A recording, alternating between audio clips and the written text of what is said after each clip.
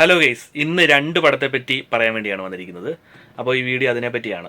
അപ്പോൾ ആദ്യം തന്നെ പറയാം, ഇത് രണ്ടും തിയേറ്റർ റിലീസായിട്ട് OTT ഇറങ്ങിയ പടമാണ്. ഇപ്പോൾ OTTയിൽ അവൈലബിൾ ആണ്. അപ്പോൾ ഈ വീക്കെൻഡൊക്കെ ആയതുകൊണ്ട് താല്പര്യമുള്ളവർക്കൊക്കെ ഇരുന്ന് കാണാൻ പറ്റിയ പടമാണ്. അപ്പോൾ ഒന്നാമത്തെ പടം മംഗളവാരം എന്ന് പറഞ്ഞ പടമാണ് കേട്ടോ. അതൊരു തെലുങ്ക് സിനിമയാണ്. തെലുങ്ക് ആയതുകൊണ്ട് തന്നെ നമുക്കത് കാണാൻ പറ്റില്ല, മനസ്സിലാവില്ലെന്ന് വിചാരിക്കേണ്ട. അതിൻ്റെ മലയാളം അവൈലബിൾ ആണ്. അപ്പോൾ മലയാളം ഇരുന്ന് കാണാം. ഈ മംഗളവാരത്തിൻ്റെ അർത്ഥം ചൊവ്വാഴ്ച എന്നാണല്ലോ. അപ്പോൾ ചൊവ്വാഴ്ച നടക്കുന്ന കുറച്ച് മരണങ്ങളെ പറ്റി ഒക്കെ ഉള്ളൊരു ഒരു മിസ്റ്ററി ത്രില്ലറാണ് കേട്ടോ.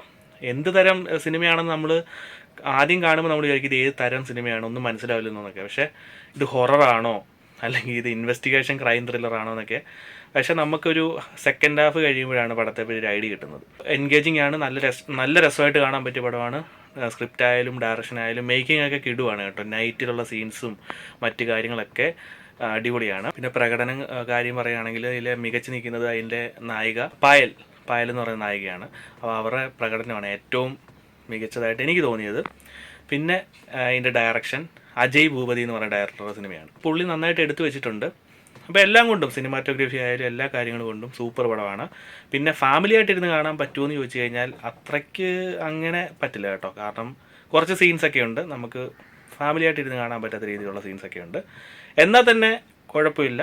നിങ്ങൾക്ക് സമയമുണ്ടെങ്കിൽ, അതായത് ഒരു മിസ്റ്ററി ത്രില്ലർ എന്താണെന്ന് അറിയണമെങ്കിൽ, അതിൻ്റെ ഒരു സമയം പോകണമെങ്കിലൊക്കെ കാണാൻ പറ്റിയ അടിപൊളി പടമാണ്. ഒരിക്കലും നിരാശപ്പെടുത്തില്ല. പിന്നെ രണ്ടാമത്തെ പടം നമ്മുടെ മലയാള സിനിമയാണ് കേട്ടോ. പെൻഡുലം എന്ന് പറഞ്ഞ പടമാണ്. റെജിൻ എസ് ബാബു എന്ന് പറഞ്ഞ ഡയറക്ടറാണ് ഇത് ഡയറക്റ്റ് ചെയ്തിരിക്കുന്നത്. ഇതിലെ നായകൻ നമ്മുടെ വിജയ് ബാബുവാണ്. ഡോക്ടറുടെ വേഷമാണ് പുള്ളി ചെയ്തിരിക്കുന്നത്. പടം എന്താണെന്ന് വെച്ച് കഴിഞ്ഞാൽ, നമ്മൾ ഈ ഇംഗ്ലീഷ് സിനിമകളിലൊക്കെ കണ്ടുവരുന്ന, അല്ലെങ്കിൽ നമ്മുടെ മലയാളത്തിൽ അധികം കാണാത്ത തരം പടമുണ്ട്. ഈ ടൈം ട്രാവൽ അല്ലെങ്കിൽ ലൂസിഡ് ഡ്രീമിങ് എന്നൊക്കെ പറഞ്ഞ പോലെയുള്ള പടങ്ങളൊക്കെ ഉണ്ട്. അത് കൂടുതൽ ഹോളിവുഡ് മൂവീസിലാണ് കാണാറുള്ളത്. അത് രസമായിട്ട് തന്നെ മലയാളത്തിൽ അവതരിപ്പിച്ചിരിക്കുകയാണ് റെജിൻ. ഈ റെജിനസ് ബാബു തന്നെയാണ് ഇതിൻ്റെ കഥയും പിന്നെ സംവിധാനവും. അപ്പോൾ രണ്ടും പുള്ളി തന്നെയാണ് ഹാൻഡിൽ ചെയ്തിരിക്കുന്നത്. അപ്പോൾ ഒരാൾ കഥ എഴുതി സംവിധാനം ചെയ്യുമ്പോൾ പുള്ളിയുടെ എന്താണ് ഉദ്ദേശിക്കുന്ന കാര്യങ്ങൾ നടത്താൻ പറ്റുമല്ലോ. ഈ മംഗളവാരം, ഞാൻ മുമ്പേ പറഞ്ഞ മംഗളവാരം സിനിമയും ഇതുപോലെ തന്നെ അജയ് ഭൂപതി തന്നെയാണ് എഴുതിയതും ഡയറക്റ്റ് ചെയ്തതും. അപ്പം പെൻഡുലത്തിലേക്ക് വരാം. പെൻഡുലം ഈ പറഞ്ഞ കൂട്ട് ഒരു തരം ടൈം ട്രാവൽ ലൂസിഡ് ഡ്രീമിങ് ഒരു കാറ്റഗറി വരുന്ന അടിപൊളി പടമാണ്. പക്ഷേ നല്ലൊരു അറ്റംപ്റ്റ് ആയിരുന്നു. പക്ഷേ സ്ക്രിപ്റ്റ് വൈസ് ആണോ ഡയറക്ഷൻ വൈസ് എനിക്ക് മനസ്സിലായിട്ടില്ല. എന്തോ ഒരു ചെറിയൊരു പ്രശ്നമുണ്ട് സിനിമയ്ക്ക്. കാരണം നമുക്ക് മനസ്സിലാക്കാൻ കുറച്ച് ബുദ്ധിമുട്ടുണ്ട്.